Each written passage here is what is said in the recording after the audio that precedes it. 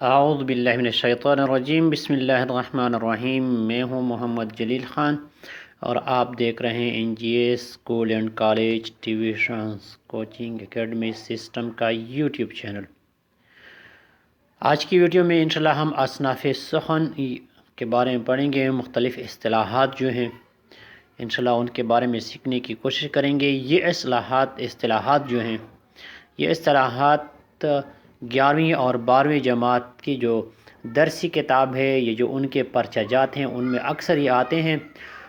تو ان چیزوں کو غور سے جو ہے نا وہ آپ سن لیں، دیکھ لیں، ان کو اپنے رجسٹرز میں، اپنے کاپیوں میں نوٹ کر لیں، ان کو سیکھنے کی کوشش کریں، اور جتنا آپ ان ویڈیوز کو پھیلا سکتے ہیں، دوستوں تک پہنچا سکتے ہیں، اتنا ہی ان کو تک پہنچانے کی جو ہے نا وہ کوشش کریں۔ چونکہ علم جو ہے مومن کی گمشدہ میراث ہے، اس وجہ سے جہاں سے بھی آپ کو ملے آپ نے اس کو جو ہے نا وہ حاصل کرنا ہے۔ تو اپنے دوستوں کو، اپنے رشتہ داروں کو، آپ کے جو دوست ہیں، جو ساتھی ہیں، جو ہم جماعت ہیں، ان کو بھی مدعو کیجئے تاکہ وہ بھی اس چینل کو سبسکرائب کریں اور اس سے استفادہ حاصل کریں۔ تو آئیں شروعات کر لیتے ہیں آج کی ویڈیو کی۔ تو اصناف سخن میں مرثیہ عربی کے لفظ رسہ سے ہے، رسہ سے نکلا ہے، جس کی لغوی معنی مرنے والے کی تعریف و توصیف، یعنی جب کوئی شخص وفات ہو جاتا ہے تو اس کی جو تعریف ہم بیان کرتے ہیں، جو اس کی مدح سرائی کرتے ہیں، اس کو ہم کیا کہتے ہیں؟ اس کو ہم مرثیہ کہتے ہیں۔ اصطلاحی معنوں میں مرثیہ ایسی نظم کو کہتے ہیں جس میں کسی مرنے والے شخص کا ذکر انتہائی رنج و عالم، یعنی تکلیف، دکھ تکلیف میں، یہ وہ نظم ہے یا نظم کی وہ قسم کہہ سکتے ہیں جس میں کسی فوت شدہ شخص کی جو ہے اس کا ذکر کیا جاتا ہے، اس کے کارناموں کو یاد کیا جاتا ہے، اس کی بہادری کو یاد کیا جاتا ہے، اس کا تعارف کیا جاتا ہے، اس کی پہچان کرائی جاتی ہے، اس کی توصیف بیان کی جاتی ہے، مداح سرائی کی جاتی ہے، لیکن یہ انتہائی رنج و عالم، دردناک اور دلگزار انداز میں کی جاتی ہے۔ یہ تعریف جو کی جاتی ہے، مداح سرائی جو کی جاتی ہے، تو ایسی نظم کو ہم مرثیہ کہتے ہیں۔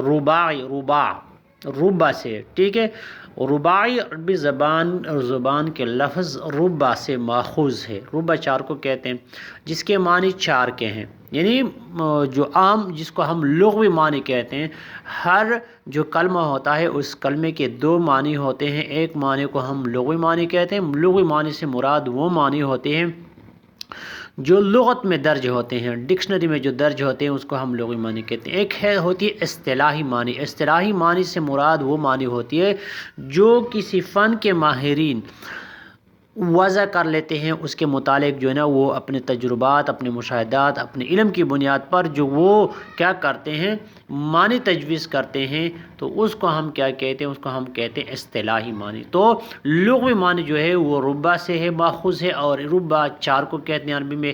اصطلاح میں رباعی شاعری کی اس صنف کو کہا جاتا ہے جو چار مصروں کا مرکب ہو، جو چار مصروں سے بنا ہوا ہو، یعنی ایک شعر میں دو مصرے ہوتے ہیں، تو اس طرح یعنی اگر چار مصر جو ہیں وہ باہم مل کر اکٹھے آ جاتے ہیں تو اس کو ہم رباعی کہتے ہیں۔ قطع کے معنی کسی چیز کے ٹکڑے، یہ اس کا لغوی معنی ہے، کسی چیز کے حصے، ٹکڑے یا جز کے ہیں۔ اصناف سخن کے اصطلاح میں، اب اصطلاحی معنی کیا ہے اس کے؟ میں قطع ایسی نظم کو کہتے ہیں جس میں ایک شعر کا مفہوم دوسرے شعر سے وابستہ ہو اور اس کے مضمون میں تسلسل پایا جائے۔ تو یہ کیا ہوتا ہے؟ ایک شعر کا جو مفہوم ہوتا ہے وہ دوسرے شعر سے بالکل وہی طرح جڑا ہوا ہوتا ہے، یعنی دو مصر جو ہے جس کو ہم کہتے ہیں، دو مصروں کا ایک شعر ہے، وہ اگلے دو مصروں کے جو شعر ہے اس کے ساتھ اس کا تعلق وابستہ ہوتا ہے، اور اس میں ایک مضمون جو ہے وہ پایا جاتا ہے، ایک یکساں مضمون، یعنی جو پہلے شعر میں جو مضمون بیان کیا جاتا ہے وہی مضمون جو ہے وہ دوسرے شعر میں بھی کیا ہوتا ہے؟ وہ مضمون بیان ہوتا ہے۔ دستان کے لغوی معنی کہانی، حکایت اور قصہ کے ہیں، یہ اس کے لغوی معنی ہیں، لیکن ادب کی اصطلاح میں دستان سے مراد بادشاہوں اور شہزادوں، عشق و محبت، بھوت پریوں اور دیگر موفوق الفطرت، جو کیا ہوتے ہیں عقل سے، جو دماغ سے باہر ہوتی ہیں، جو سوچ سے باہر ہوتی ہے۔ عناصر کا ذکر ہے، یعنی یہ ایسی کہانیاں ہوتی ہیں، داستان میں کچھ ایسی کہانیاں جو ہیں وہ گاڑی جاتی ہیں، بنائی جاتی ہیں، بیان کی جاتی ہیں، جو کیا ہوتی ہے، جو دماغ سوچ سمجھ سے باہر ہوتی ہیں، جیسے جن بت، یہ چیزیں کی جو ہے نا وہ سمجھ میں نہیں آتی۔ جیسے ہم کہتے ہیں کہ پری تھی اور پھر اس طرح ایک بہت بڑا دیوتا اور جن تھا اور یہ تھا، تو یہ چیزیں جو ہیں ان کی کہانیوں کو جو سوچ سمجھ سے کیا ہوتی ہے باہر ہوتی ہیں، جو نہیں آ سکتی، جن کو عقل تسلیم نہیں کرتا، ان چیزوں کی کہانیاں، ان کے بارے میں جو واقعات مشہور ہوتے ہیں، جو داستان، جو کہانیاں مشہور ہوتی ہیں، ان کو کیا ہوتی ہے، ان کو داستان کہتے ہیں۔ خاکہ، خاکہ کے لغوی معنی کسی چیز کا ڈھانچہ اور تصویر کی ابتدائی اور بنیادی لکیر کے ہیں۔ تو یہ کیا ہے، اس کا لغوی معنی ہے کہ کسی چیز کا جو ہے وہ ڈھانچہ، تصویر، ابتدائی یا بنیادی لکیر کے ہیں۔ لیکن اصطلاح میں، اردو ادب کے اصطلاح میں، خاکہ وہ مختصر تحریر یا مضمون ہے جس میں کسی شخص کی شخصیت اور کردار کی بھرپور جھلک ہوتی ہے۔ تو اس میں یہ ہوتا ہے کہ اس میں یعنی جو خاکہ ہوتا ہے کسی بھی فرد، کسی بھی شخص کی، کسی بھی انسان کی جو ہے وہ پوری طرح اس کا احاطہ کیا جاتا ہے، اس کی شخصیت کا، اس کے کردار کا جو ہے نا وہ پورا احاطہ ہوتا ہے۔ تو اس کو ہم کیا کہتے ہیں، اس کو ہم خاکہ کہتے ہیں۔ اور اس صنف کو ہم کیا کہتے ہیں، اس کو ہم کہتے ہیں خاکہ نگاری۔ تنقید نگاری، تنقید چند ایسے اصولوں کا نام ہے جس کے باعث کسی بھی ادب کی خوبیوں اور خامیوں کا جائزہ لیا جاتا ہے۔ تو کسی مضمون کی کانٹ چانٹ کو، یعنی اس میں اچھائیاں اور اس میں برائیاں، ان کو بیان کرنا، اچھائیوں کو جو نا وہ وضع کرنا اور برائیوں کو اس میں سے کاٹ دینا، نکال دینا، اس کے خامیوں کو دور کرنا، اس کو ہم کیا کہتے ہیں، اس کو ہم تنقید نگاری کہتے ہیں۔ اور اس شخص کو نقاد کہا جاتا ہے جو اس ادب سے، اس شعبے سے وابستہ ہوتا ہے، اس کو ہم نقاد کہتے ہیں۔ غزل، بعض کے نزدیک غزل سے مراد عورتوں سے بات چیت یا عورتوں کے حسن و عشق کا بیان اور درد و غم کا اظہار ہے۔ یہ کیا ہے، اس کا لغوی معنی ہے۔ عام طور پر کہا جاتا ہے کہ غزل کا لفظ غزال سے نکلا ہے، جس کے معنی ہرن کا بچہ کے ہیں۔ تو غزل جو ہے اس سے مراد کیا ہے، اس سے مراد عورتوں کے بارے میں بات چیت کرنا، عورتوں سے بات چیت کرنا، حسن و عشق، محبت، پیار، ان کے درد و غم، ان کو بیان کرنا، ان کے متعلق باتیں کرنا، ان کے متعلق اپنے اظہار خیال کرنا، اس کو ہم کیا کہتے ہیں، اس کو ہم کہتے ہیں کہ یہ غزل ہے، یہ غزل میں آتا ہے۔ قصیدہ عربی کے لفظ قصد سے نکلا ہے، جس کے معنی ارادہ کرنے کے ہیں۔ یہ ہو گیا اس کا لغوی معنی۔ اب اصطلاحی معنی کی طرف آتے ہیں۔ اصطلاح میں قصیدے سے مراد اصناف شاعری کی وہ صنف جس میں کسی زندہ شخص کی شجاعت، سخاوت، انسان دوستی کی بھرپور تعریف کی گئی ہو۔ ہم پشتو میں بھی کہتے ہیں، اس لفظ جو ہے نا ہم پشتو والے زیادہ استعمال کرتے ہیں، اس وجہ سے میں یہ پشتو میں آپ کو بتا دیتا ہوں۔ ہم پشتو میں کہتے ہیں چس کا سی دیویا ہے، شرطہ پتہ دو، شرطہ مولمدہ، یعنی ہم اس کے بارے میں جانتے ہیں، مجھے اس کے بارے میں علم ہے، میں اس کو اچھی طرح جانتا ہوں، آپ ان کے قصیدے نہ سنیں۔ تو قصیدے کسی شخص کی جو ہے نا وہ تعریف کرنا، مدح سرائی کرنا، زندہ شخص کی، اس کو ہم کیا کہتے ہیں، چاہے وہ اس کی سخاوت کا ہو، چاہے اس کی بہادری کے ہو، یعنی آپ اس کے قصے بیان کرتے پھریں، اس کی تعریفیں کا بیان کرتے پھریں، تو کسی زندہ شخص کی جو کارنامے ہوتے ہیں، جو ان کی شجاعت، بہادری کی اور یا ان کی تعریف جو اب آپ بیان کرتے ہیں، تو اس کو ہم کیا کہتے ہیں، اس کو ہم کہتے ہیں قصیدہ۔ مثنوی، مثنوی مثنى سے ہے، اور مثنى دو کو کہتے ہیں عربی میں۔ مثنوی عربی زبان کے لفظ مثنى سے ماخوذ ہے، جس کے معنی دو تہوں والا کے ہیں، دو تہوں والا، یہ اس کا ہو گیا لغوی معنی۔ اب اصطلاحی معنی، اصطلاح میں مثنوی ایک ایسی مسلسل نظم کو کہتے ہیں جس کے ہر شعر کا قافیہ الگ ہو اور ہر شعر کے دونوں مصرے ہم قافیہ، یعنی وہ مسلسل نظم۔ مثنوی کون سی نظم کو کہتے ہیں، کس نظم کو کہتے ہیں؟ تو مثنوی اس مسلسل نظم کا نام ہے جس کے ہر شعر کا قافیہ جو ہے وہ الگ ہوتا ہے۔ قافیہ اور ردیف، قافیہ ہم آواز الفاظ کو کہتے ہیں، تو اس کا ہر قافیہ جو ہے، ہر شعر کا ہر قافیہ جو ہے وہ الگ ہوتا ہے، یعنی ہر شعر کا قافیہ، دو اشعار کا جو قافیہ ہے وہ اباہم آپس میں نہیں ملتے، اور ہر شعر کے دونوں مصرے ہم قافیہ، ہاں ہر شعر کے دونوں مصرے جو ہیں وہ ہم قافیہ ہوتے ہیں، لیکن اگلے شعر کے جو دونوں مصرے ہوتے ہیں اس سے کیا ہوتے ہیں، یہ مختلف ہوتا ہے۔ تو ایسی نظم کو ہم کیا کہتے ہیں، مثنوی کہتے ہیں۔ سوال ہے اگلا، صنعت تضاد سے کیا مراد ہے؟ شعری مثال بھی دے۔ تو شاعری مثال جو ہے وہ اس نے کیا ہے، اس نے لکھا ہے، تو تضاد جو ہے وہ الٹ، یعنی متضاد الفاظ۔ اگر ایسا شعر ہے جس میں کیا ہوتے ہیں، دو متضاد الفاظ آپس میں آئے ہیں، تو کیا ہم اس کو کیا کہتے ہیں، اس کو ہم کہتے ہیں کہ یہ کیا ہے، صنعت تضاد ہے۔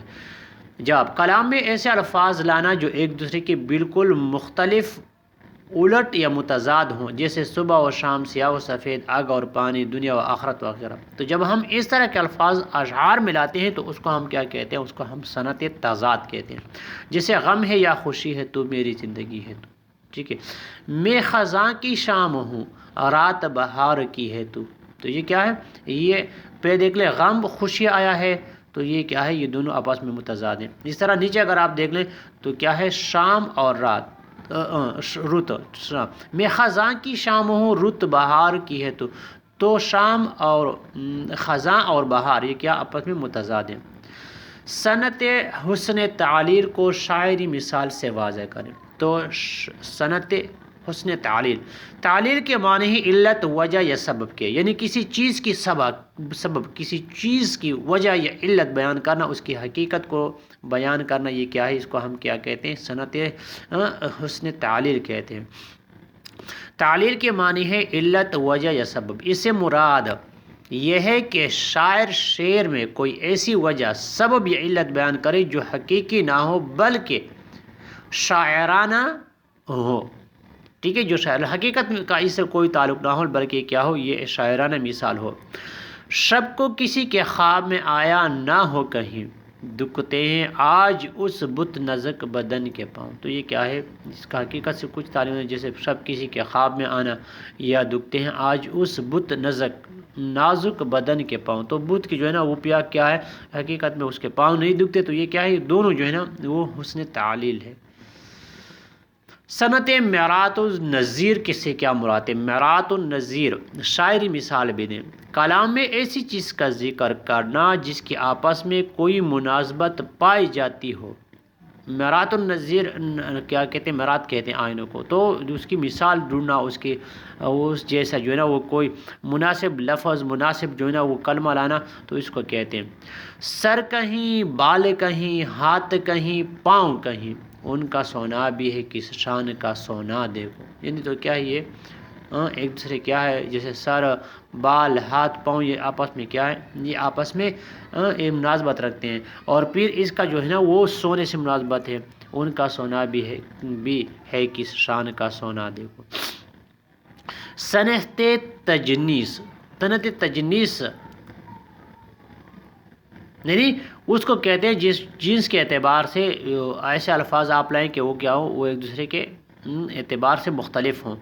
جب کلام میں ایسے الفاظ لانا جو تلفظ اور تحریر کے اعتبار سے ایک جیسے ہوں لیکن معنی کے اعتبار سے کیا ہوں، وہ ایک دوسرے سے مختلف ہوں، یعنی تحریر میں، تلفظ میں، لکھنے میں، املا میں یہ اور تلفظ میں یہ ایک دوسرے کے بالکل جو ایک جیسے ہوں، لیکن ان کا معنی جو ہے وہ کیا، وہ مختلف ہو، جسے ہم کہہ سکتے ہیں کہ اس کو ہم زمانی الفاظ بھی کہہ سکتے ہیں۔ نہ پوچھو حال میری بے بسی کا، دعاں بس کا میرے بس میں نہیں۔ تو بس اور بس جو ہے نا یہ کیا ہے، یہ ایک جیسے، لیکن یہ کیا ہے، بس کا میرے بس میں نہیں، دعاں بس کا میرے نہیں، جو ہے نا وہ طاقت میں کیا ہے، میرے نہیں ہے۔ تشبیہ کی تعریف اور اس کے ارکان تحریر کریں۔ جواب، دو مختلف چیزوں کو کسی مشترک صفت کی بنا پر، صفت بھی ہو سکتی ہے اور یہ خامی بھی ہو سکتی ہے اور خوبی بھی ہو سکتی ہے۔ تعریف اور جو توضیح جو ہے نا دونوں طرح ہو سکتی ہے۔ آپ کسی کی تعریف میں بھی یعنی مشترک ہو سکتی ہے، آپ کسی کی جو ہے نا برائی میں بھی مشترک ہو سکتے ہیں۔ تو صرف تعریف صفت نہیں بلکہ اس کی جو ہے نا وہ برائیوں خامیوں میں بھی، دو مختلف چیزوں کو کسی مشترک صفت، خوبی یا خامی کی بنا پر ایک دوسرے کے مانند قرار دینا تشبیہ کہلاتا ہے۔ جیسے نازکی اس کے لب کی کیا کہی ہے، پنکھڑی ایک گلاب کی سے، تو اس کے لب جو ہے نا اس کی تشبیہ دی گئی ہے کسی پھول کے پنکھڑی پتوں سے، تو یہ کیا ہے، یہ تشبیہ ہے۔ اب تشبیہ کے 5 ارکان ہیں۔ ارکان مشبہ یعنی مشبہ جس سے تشبیہ دی جاتی ہے، مشبہ جو تشبیہ دی جاتی ہے، جس چیز کی تشبیہ دی جاتی ہے۔ وجہ تشبیہ کیا ہے، دونوں کیا ہوتے ہیں، نازک ہوتے ہیں، جیسے گلاب کے پتے بھی نازک اور ان کے ہونٹ بھی نازک۔ حرف تشبیہ، پنکھڑی ایک گلاب کی سی ہے، کی سی، یہ کیا ہے، حرف تشبیہ۔ عارض تشبیہ یہ کہ دونوں کیا ہیں، نازک ہیں، دونوں خوبصورت ہوتی ہیں، تو اس وجہ سے اس کو کیا کہتے ہیں، یہ عارض تشبیہ ہو گئی۔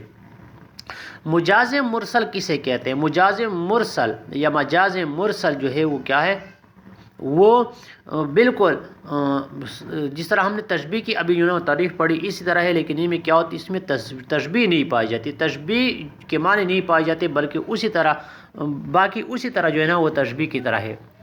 مجاز مرسل کسے کہتے ہیں؟ جواب، جب کوئی لفظ اپنے حقیقی معنوں کے بجائے مجازی معنوں میں اس طرح استعمال ہو کہ اس کے حقیقی اور مجازی معنوں میں تشبیہ کے علاوہ کوئی اور تعلق ہو تو اسے مجاز مرسل کہتے ہیں۔ جیسے یہ کام میرے ہاتھ میں ہے، اس جملے کا لفظ اپنے مجازی معنوں میں استعمال ہوا ہے اور اس کے مراد قدرت یا طاقت ہے، تو کام تو ہاتھ میں نہیں ہوتا نا، لیکن کیا ہے، اس میں تشبیہ بھی نہیں ہے، تشبیہ کے علاوہ ایک اور معنی پایا جاتا ہے۔ جیسے میں نے کیا بازار سے کپڑے خریدے، اب بازار سے تو نہیں خریدے، ہم نے پورے بازار سے تو نہیں خریدتے ہیں، ہم تو کسی دکان سے خریدتے ہیں، یا ہم کہتے ہیں کہ کیا ہے، میں نے جو ہے نا وہ پورے ملک کی سیر کی، تو پورے ملک کی تو نہیں ہوتی نا، بس چند جگہوں کی سیر کی جاتی ہے، تو ہم اس کو کیا کہتے ہیں، پھر اس کے بھی جو ہے نا اوپر جز مان کر کل مراد لینا اور کل مراد جز میں لینا، سبب لے کے یا سبب مراد مسبوب مراد لینا، مسبوب جو ہے نا وہ لے کر سبب مراد لینا، تو یہ کیا ہے، پھر ان کی جو ہے نا اپنی جو ہے نا وہ حصے ہیں، جزو ہیں اور اپنے ان کے درجات ہیں، وہ اگلے انشاءاللہ ویڈیو میں ہم جو ہے اس کے بارے میں پڑھیں گے، لیکن فی الحال آج کی ویڈیو میں اتنا ہی۔